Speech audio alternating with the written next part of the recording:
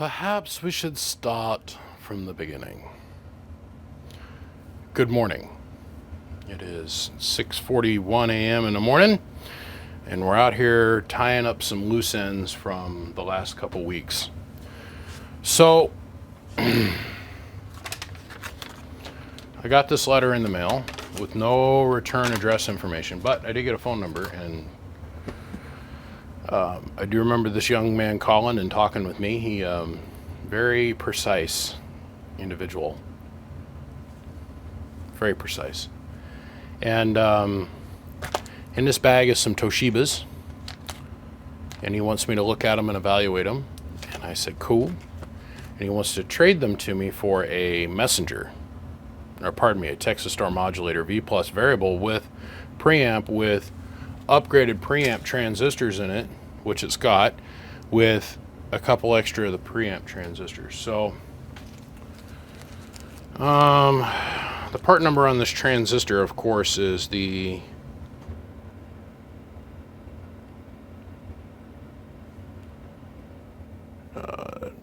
2907A. But those are made by a company called Svetlana, which those are a Russian-made transistor. And the difference between the ones that you buy off of Amazon and those transistors is that they have a 30 or 40 dB down noise floor from the ones that you can get off of Amazon. Those also come in an orange package. Really super cool transistor. He's really into preamps, which I totally get. I totally get that. But if you're going to do a preamp, do a preamp. I need to do a video on this as well. When somebody says preamp, to me, it's not built into the amplifier. I refuse to build preamps into my boxes. To me, they are the weakest link in the entire chain. This is an EMCO, AMECO preamplifier, model PT-3. Saw this at a Hamfest a few years ago, and we scooped it up. This is a neat little preamp. It sets external. So you plug your radio into here, hook your antenna up here. This is not meant to pass any high power. I'd say probably no more than about maybe 75, 80 watts. It's a big box, and it's just so we can interface with it. The circuitry on the inside is really quite cool. This has got a real op-amp amplifier in it. Okay? It tells you if you're receiving, if you're transmitting, the preamp delay, the preamp gain. It allows you to tune the pitch, and it also allows you to tune to the band. It'll tell you if the amp is in, the preamp is out. Of course, you got an on-off switch. But the internal circuitry on the inside of this thing is way superior in every way, shape, and form to a single transistor inside an amplifier. It's just me. To facilitate this trade, one, I had to find a Texas Star modulator, which I happen to have one or two of them laying around here. And he definitely did not want a skeleton. This little guy. This is also made by Texas Star, but not for very long. This is a 2-transistor non-preamp amplifier. There's two little 1446s or 455s in here, and the way they have them set up is the thing makes the same amount of power as this, except it's a 2-transistor unit, and in my opinion, because the way it's actually made on the inside is a little bit superior to this board and this design. This has got a single 2879 in it. But he definitely, I was like, you sure you don't want a skeleton? I got 2 or 3 of these skeletons. I'll gladly trade you that. And they got a skull and crossbones on the front. He's like, nope.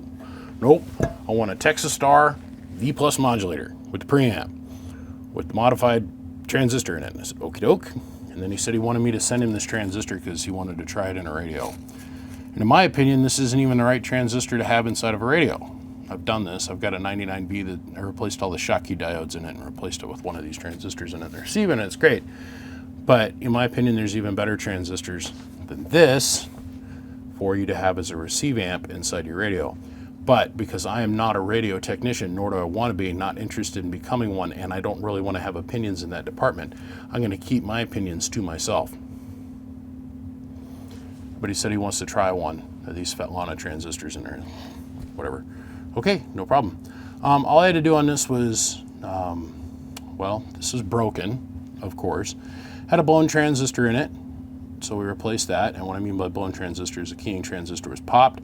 The relay was defunct, and somebody has hit this with a soldering iron at some point on this corner. Other than that, fixed the relay, fixed the keying transistor.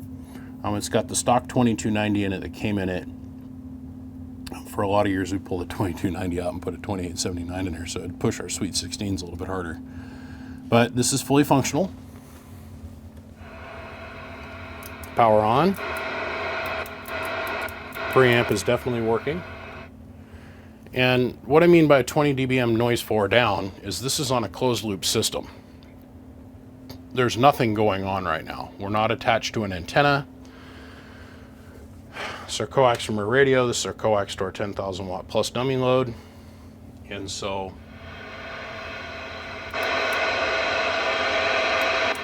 when you turn that preamp on, there's 20 dBm down, less static at the noise floor level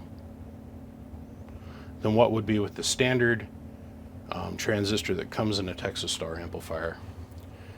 If we use something like this, there's like 50 dBm down. There's very little static increase, and all you hear is more actual received signal. The preamps inside of amplifiers like this are horrid. Horrid. You're creating more static. So if you're only able to hear the guy at 1 or 2 S units or 3 S units and you turn on his preamp, he's still only going to be 1 or 2 S units above your noise floor, because it rectifies the noise, the static, just as much as it rectifies the incoming signal that you're wanting to try and amplify. But I tried to explain all this to him on the phone. I don't know. This is what he wanted, so this is what I created for him. Put new power wires on it. It is used, but it is what he wanted. So, in all due diligence and transparency, I have not opened this yet. Which, let's just go ahead and cut this anti-static bag open.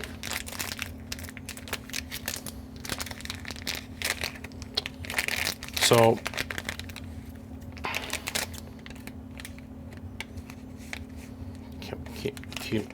came out. Okay.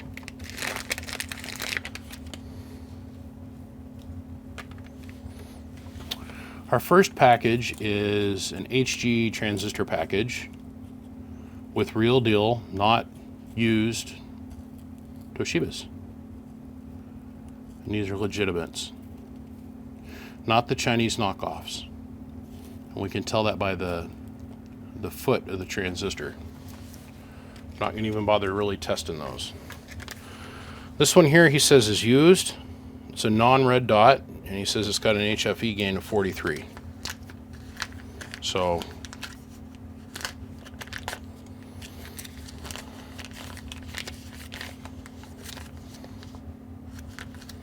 yeah, this is definitely a pull.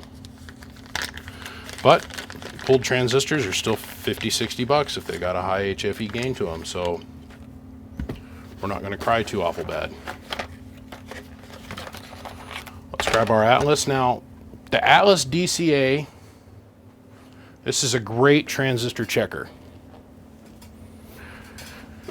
I've pointed this out in dozens of YouTube videos so far, and it seems like every Facebook technician loves to run up and say, well, this isn't a good transistor checker because it doesn't push the transistor hard enough to know what the absolute HFE gain is. You're right. Absolutely right.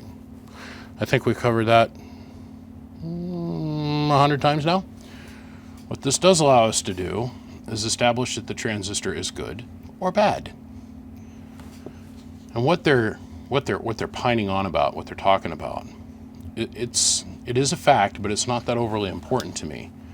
This uses a very small battery. Okay, so you're talking like maybe half an amp that we're able to push onto the transistor to perform this test.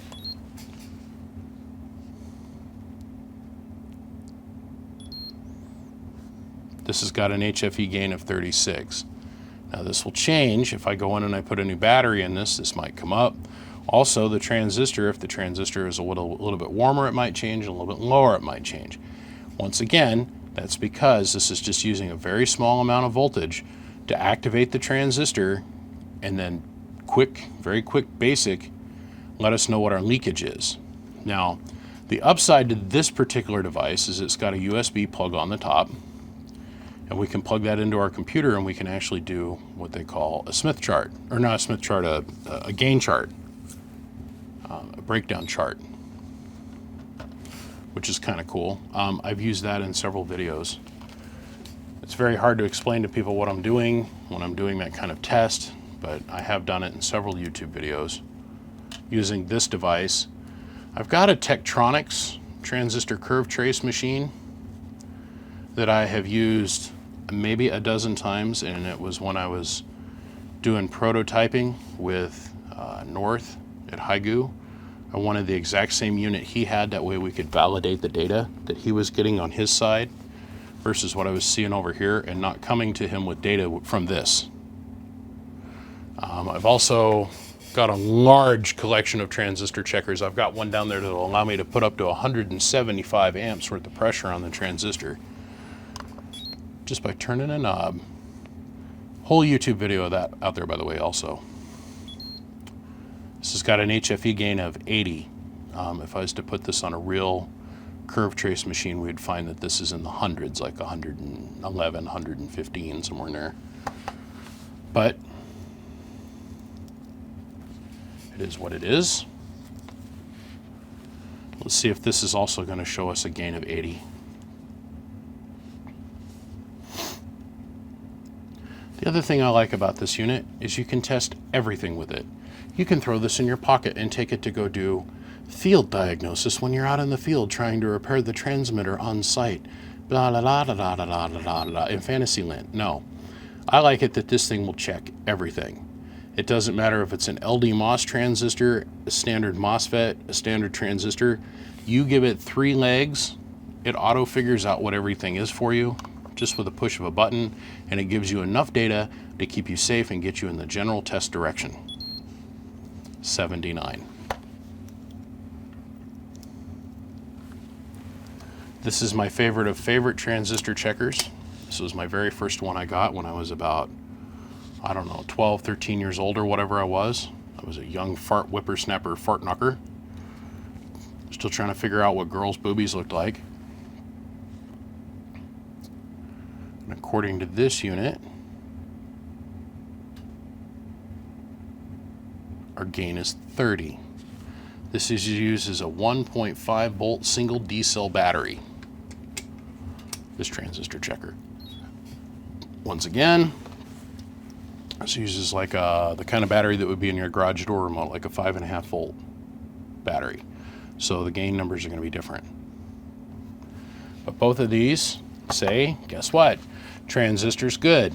They give us a relative number of measurement, not an absolute, not scientific grade, but a relative basic number for us to have as measurement so we can gain beta match our transistors.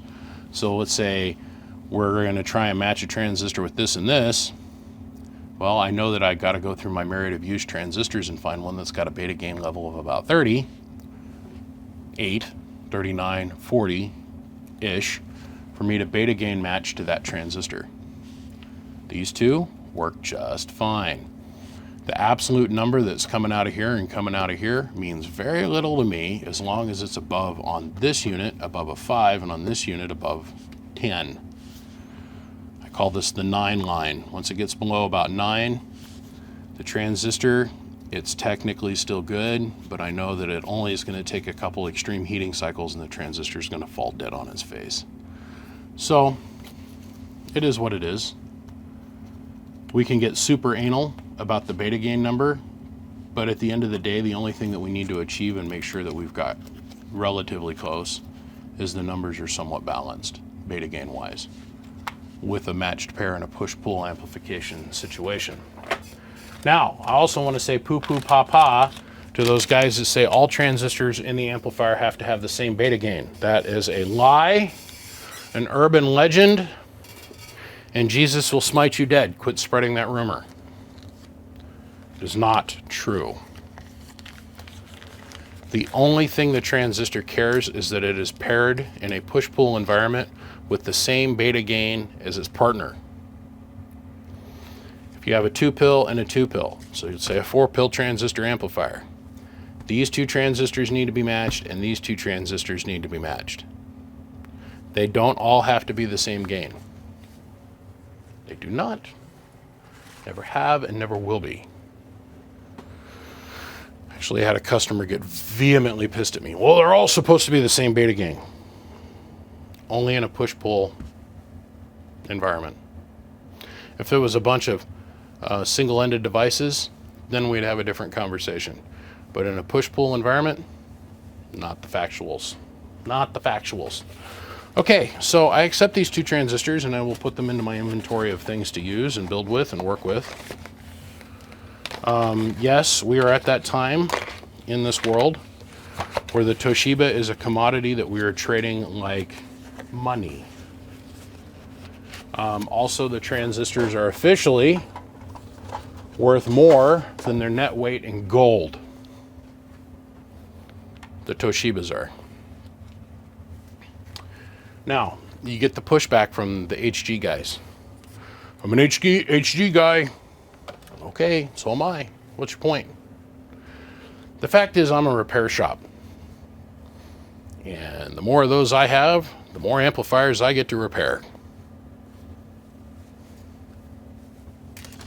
I know that's really hard for people to understand. I get in these debates, I get suckered into them every once in a while. Every once in a great while. On Facebook and whatnot. Let's go down here, let's kick on some power supplies and let's wait for our super caps to charge. I get suckled into these debates on Facebook. Well, HG. It's like, great, hey man, that's awesome. There's 30 and 40 years of Toshiba-based amplifiers that have been produced that I'm trying to support. Is the HG superior to the Toshiba? Not in my opinion, but in the opinion of others there are. Well, you can get them to do more. And I'm talking about the 2879's 16D08. Okay? 2879C is not even in the 2879 department. It's its own separate component. It is more delicate. It is more voltage sensitive. It is more drive sensitive. It is a different part. And it produces 10 to 15% more power. I'd rather have the rugged reliability of the Toshiba and its 40-year history of rugged reliability than something that doesn't put up with the same amount of SWR, something that doesn't put up with the same amount of voltage swing, something that is way more sensitive to drive and only produces that much more output power. It's just me. The HG is a good component. I will take a $25 or $30 transistor as a replacement for the Toshiba over the roughly $200+ a piece Toshibas these days. Like, if you're wanting to have an amplifier built, to build it with Toshibas is just stupidly expensive. Is it worth it? No. No. Usually HG transistors are going to be around for a long time. Is the 2879C going to be around for a long time? Doubt it. I see bigger and better transistors with higher, better quality tolerances to them than the 2879C. I think the 2879C is a speed bump, in my opinion. Just like all the different revs of DEI that we had to go through to get to the HG 2879 16D08. Hate to say it, but we'll see. We'll see how it pans out. My opinion is not fact. In this department, we will see. People might want to continue supporting the 2879C forever. I have not built with them. I'm not interested in it. I have those kind of opinions towards that part to where I'm not going to invest any energy into them. Just not. So, all right, let's do a quick review of this thing and then I'll get out your way. This, in my opinion, is a little bit better amp. No, let me totally dispel this urban legend. This transistor is actually wider. It has a bigger heatsink as far as width. Let me explain to you why. This is the case for this modulator. It fits snugly on the modulator. This is our skeleton.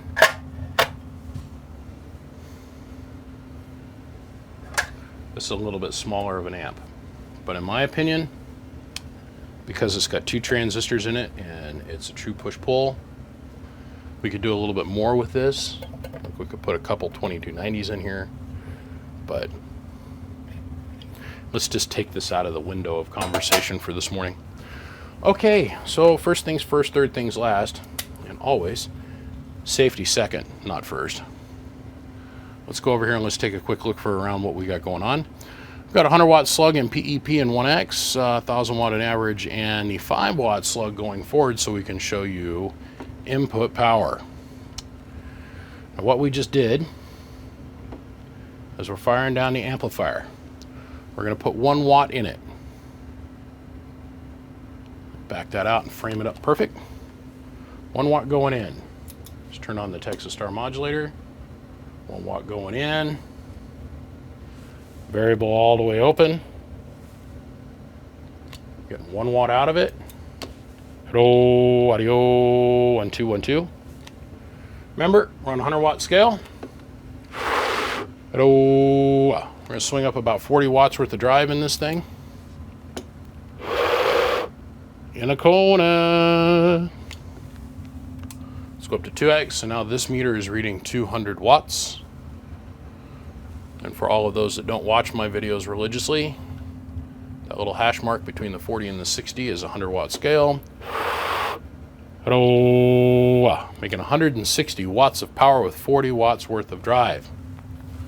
Let's take our 5-watt slug, we'll turn it around, showing that we have no reflect from our bird 10,000 watt continuous dummy load, which is probably like 50,000 watts peak, so it doesn't even know that it's getting any RF shoved into it right now. Hello, 1 2 1 2.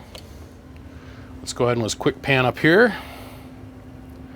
That is a 5-watt slug sitting between the 2950 bench radio. Hello, 1 2 1 2 1 2 1 2. Nice low input SWR. This thing is taut titties. Taut titties. Hello, 1 2. So, on that note, trade. I'll take it. I'm gonna run. I'm gonna run away. I got a bunch of shit I gotta get to today. This is just one of these things I've got to do on video for transparency for everybody to see. I appreciate you sending up the transistors. I'm going to throw them into the repair pile for me to use on somebody else's box. Thank you.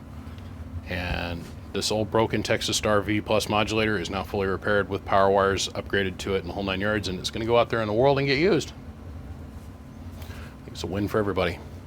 Gentlemen, my name is BBI. Thanks for tuning in. Big shout out to Siglent, Excess Power, and a big thanks to all of you guys. I'll see ya.